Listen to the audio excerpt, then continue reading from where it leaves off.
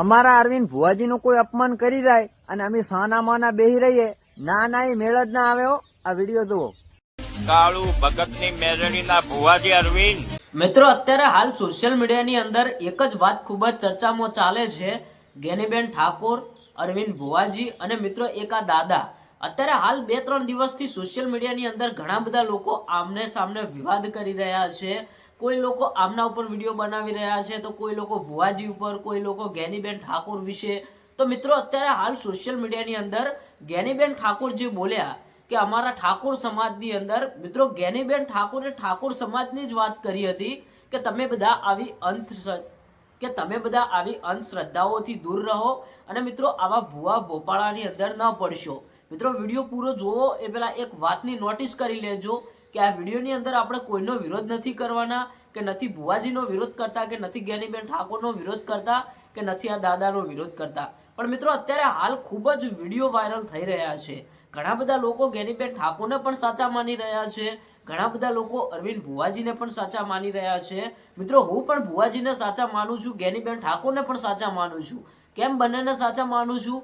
કારણ કે મિત્રો, આપણા ગુજરાતની અંદર હોય કે દેશ વિદેશની અંદર હોય, ઘણા બધા લોકો મિત્રો આવા ભુવા અને ભોપાળાની અંધશ્રદ્ધામાં પડીને તેમના ઘરમાં જે હોય એ ઘણું બધું વેર વિખેર પણ કરી નાખતા હોય છે. ઘણા બધા ભુવાઓ લૂંટી પણ લેતા હોય છે. મિત્રો, આપણે બધાની વાત નથી કરતા. હું એવું નથી કહેતો કે બધા ભુવા ખોટા જ હોય છે. મિત્રો, ઘણા બધા ભુવા છે, સાચા છે, હું પણ માનું છું. પણ મિત્રો, અમુક એવા લૂંટેરા ભુવાઓના કારણે જે માણસ સાચો છે, જે સાચા ભુવાઓ છે, એમના ઉપર પણ ઘણી બધી અસર પડી રહી છે.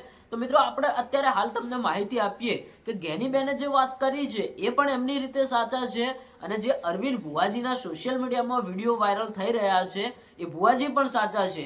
અને મિત્રો, આ કાકાએ જે કહ્યું અરવિંદ ભુવાજીને ચેલેન્જ આપીને કે તમે મારા ગામમાં આવો, મારું ગામ નક્કી કરે, એ સાચું. કારણ કે અરવિંદ ભુવાજીએ એક વાત કરી હતી કે મારે બનાસકાંઠાના એરિયાની અંદર, વાવ થરાદના અંદર, આજુબાજુના વિસ્તારની અંદર 5000 જેવી માનતાઓ છે.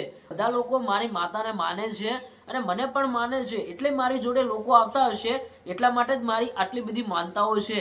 હવે મિત્રો, ભુવાજી એમના રીતે સાચા છે, આપણે માનીએ છીએ. ગેનીબેન ઠાકોર પણ સાચા છે, કારણ કે ગેનીબેન ઠાકોરે જે વાત કરી ઠાકોર સમાજ માટે. હવે મિત્રો, આ ઠાકોર સમાજ માટે વાત હતી અને ઘણા બધા લોકો આમાં વિરોધમાં પણ આવ્યા છે, ઘણા બધા લોકોએ વિડીયો પણ બનાવ્યા છે. કારણ કે મિત્રો, ઠાકોર સમાજની અંદર, હું પણ ઠાકોર સમાજમાંથી જ આવું છું, એટલે અત્યારે હાલ વાત કરી રહ્યો છું કે ઠાકોર સમાજની અંદર ઘણા બધા એવા લોકો પણ છે જે અંધશ્રદ્ધાના કારણે ઘણું બધું એમને નુકસાન પણ પડતું હોય છે. એટલે ગેનીબેન ઠાકોરે જે વાત કરી કે મારા સમાજને હું એવું કહેવા માંગુ છું કે આવા અંધશ્રદ્ધાઓથી દૂર રહો અને આવા ભુવા ભોપાળાઓથી દૂર રહો અને શિક્ષણની અંદર આગળ વધો. હવે એક બીજી વાત પણ હતી કે દશામાના વ્રત કોઈ બેન દીકરીઓએ ન કરવા. તો મિત્રો, ઘણા બધા લોકોએ વિરોધમાં વિડીયો પણ બનાવ્યા. હવે મિત્રો, બેન દીકરીઓ જે દશામાના વ્રત કરી રહ્યા છે એ એમની રીતે કરી રહ્યા છે, એમને ફળ મળતું હશે એટલા માટે કરતા હશે. હવે આમાં તો ઘણા બધા લોકોએ ગેનીબેનનો વિરોધ પણ કર્યો. મિત્રો, આપણે વિરોધ નથી કરતા, પણ કે આ વાત ઉપરથી તમે શું કહેશો કે ગેનીબેન ઠાકોરે જે બેન દીકરીઓને દશામાના વ્રત કરવાની ના પાડી છે એ વાત ઉપર મિત્રો તમે કોમેન્ટ કરજો કે આ વાત કરીએ સાચી કે ખોટી. અને અરવિંદ ભુવાજીએ પણ કહ્યું હતું કે હું ચેલેન્જ આપું છું, હું કોઈ ખોટા ભુવાના જેમ દોડતો નથી, હું જે કહું છું એ કરી બતાવું છું. હવે મિત્રો, અત્યારે હાલ સોશિયલ મીડિયામાં એક જ વાત ચાલે છે, અરવિંદ ભુવાજીની, ગેનીબેન ઠાકોરની, અને એક વચમાં આ દાદાના વિડીયો પણ 2-3 દિવસથી વાયરલ થઈ રહ્યા છે.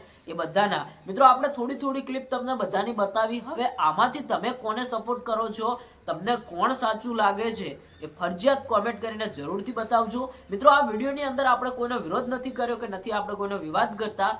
જે સાચી માહિતી છે, જે વિડીયો વાયરલ થઈ રહ્યા છે એ વિડીયો હું તમને બતાવું છું. તમને કોણ સાચું લાગે છે, તમે કોને માનો છો એ કોમેન્ટ કરીને જણાવતા જજો.